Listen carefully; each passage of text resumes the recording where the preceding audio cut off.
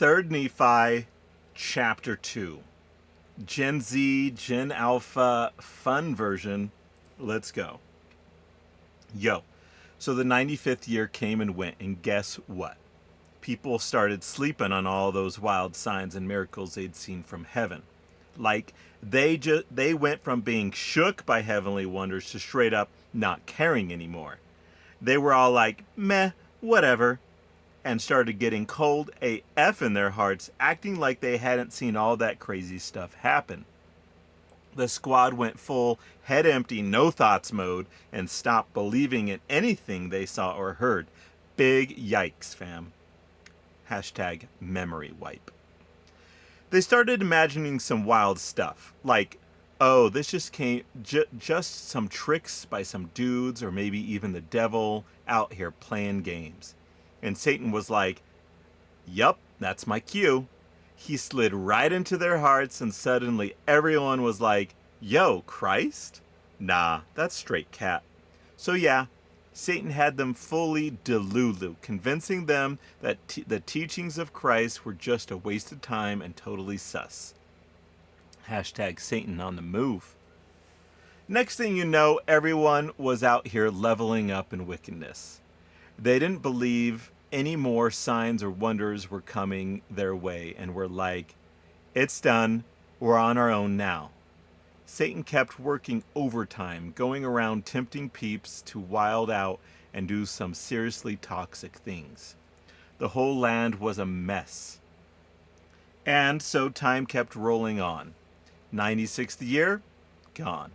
97th, out of here. 98, poof.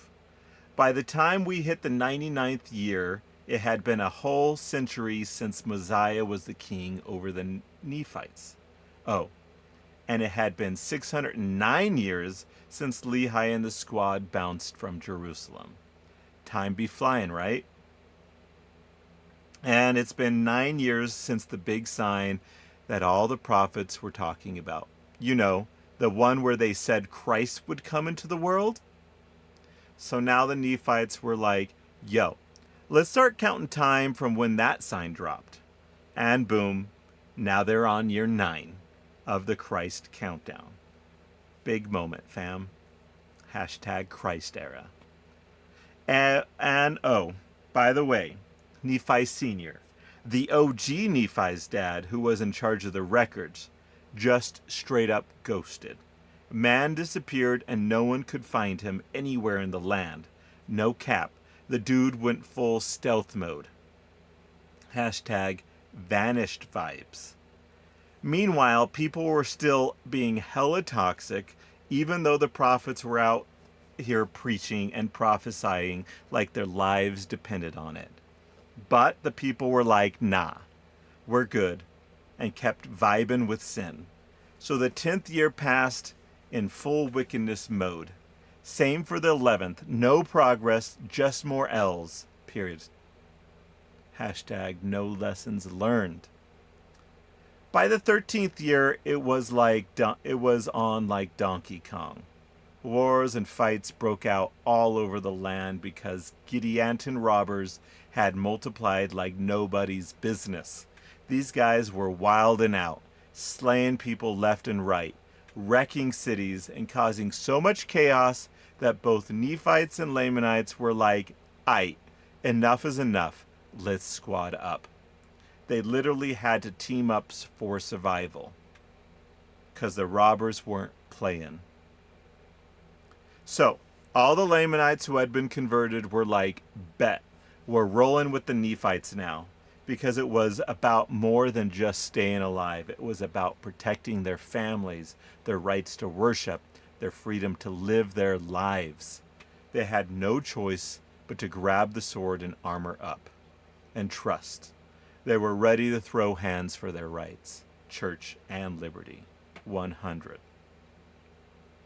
Things were getting real heated by the end of the 13th year.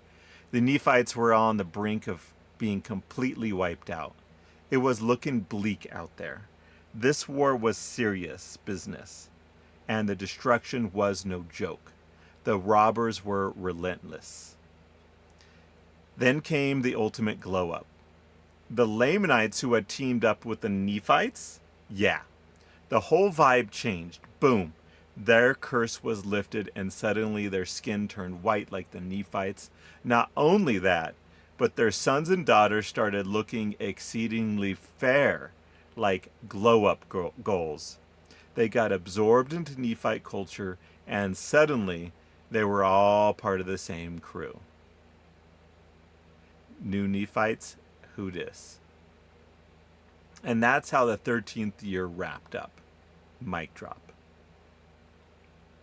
And the 14th year, the war kept popping off between the Nephites and the robbers, and it was getting seriously intense. But no worries. Our Nephite squad started making some moves. They drove the robbers out of the cities and back into the mountains and secret hideouts. Major W for the Nephites. But in the 15th year, the robbers came back with vengeance. The Nephites were out here fighting amongst themselves, so the robbers took advantage of the chaos. They were like, bet, time to strike. And sure enough, the Nephites started catching some L's. Hashtag robbers winning. And so, the 15th year ended with the Nephites in big trouble. They were getting hit left and right with all kinds of afflictions, and it was like the sword of destruction was hanging over their heads. The drama was real, and it was all because they couldn't get their act together. Sin Central, fam. TLDR. People straight up forgot the miracles, got Delulu, and Satan had him messed up. Wars broke out with the Gadiant robbers and Nephites and the Nephites, and converted Lamanites had to squat up to survive. The Lamanites got a major glow up, and they all united under the Nephite banner. But because of all the infighting, the Nephites were catching L's left and right, and things were looking real rough. Stay tuned. Hashtag team up or take the L. Hashtag wickedness will get you.